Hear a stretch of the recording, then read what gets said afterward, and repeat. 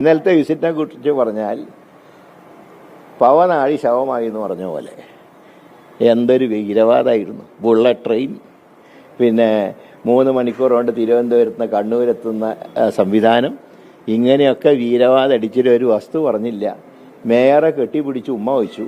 ആ മേയറെയാണെങ്കിൽ സ്വീകരണത്തിന് എയർപോർട്ടിലേക്ക് കയറ്റിയില്ല. 3-ാം സ്ഥാനം.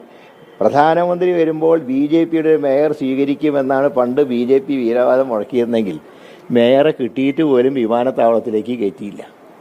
അതാണ് പ്രധാനമന്ത്രിയുടെ വരവുകൊണ്ടുണ്ടായ സംഭവം. അതിലല്ലാതെ മറ്റൊന്നും സംഭവിച്ചില്ല. ഞാൻ പറഞ്ഞ പവനാഴി ശവമായി എന്ന് പറഞ്ഞ പോലെയായി ഇന്നലത്തെ തിരുവനന്തപുരം വിസിറ്റ്.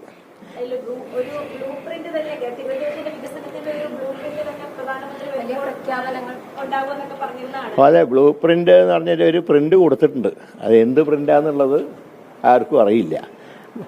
ബ്ലൂ പ്രിൻ്റ് ആണോ റെഡ് പ്രിൻ്റ് ആണോ എന്ന് ആർക്കും അറിയില്ല.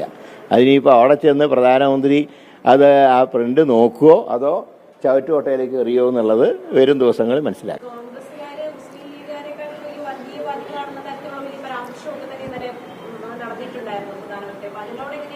അല്ല, പ്രധാനമന്ത്രിയുടെ സർട്ടിഫിക്കറ്റ് ഞങ്ങൾക്ക് ആവശ്യമില്ല. അയാളുടെ പോലത്തെ വർഗീയവാദി ലോകത്ത് വേറെ ആരുമില്ല.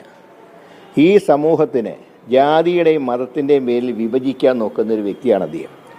പണ്ഡിറ്റ് ജവഹർലാൽ നെഹ്റുവിനെ പോലത്തെ മഹാന്മാരിരുന്ന കസാലയിൽ ഇരുന്നുകൊണ്ടാണ് ഇതുപോലത്തെ പ്രവർത്തികൾ ചെയ്യുന്നത്. ജാതിയുടെയും മതത്തിൻ്റെയും പേരിൽ സമൂഹത്തിനെ അകറ്റാൻ നോക്കുകയാണ്.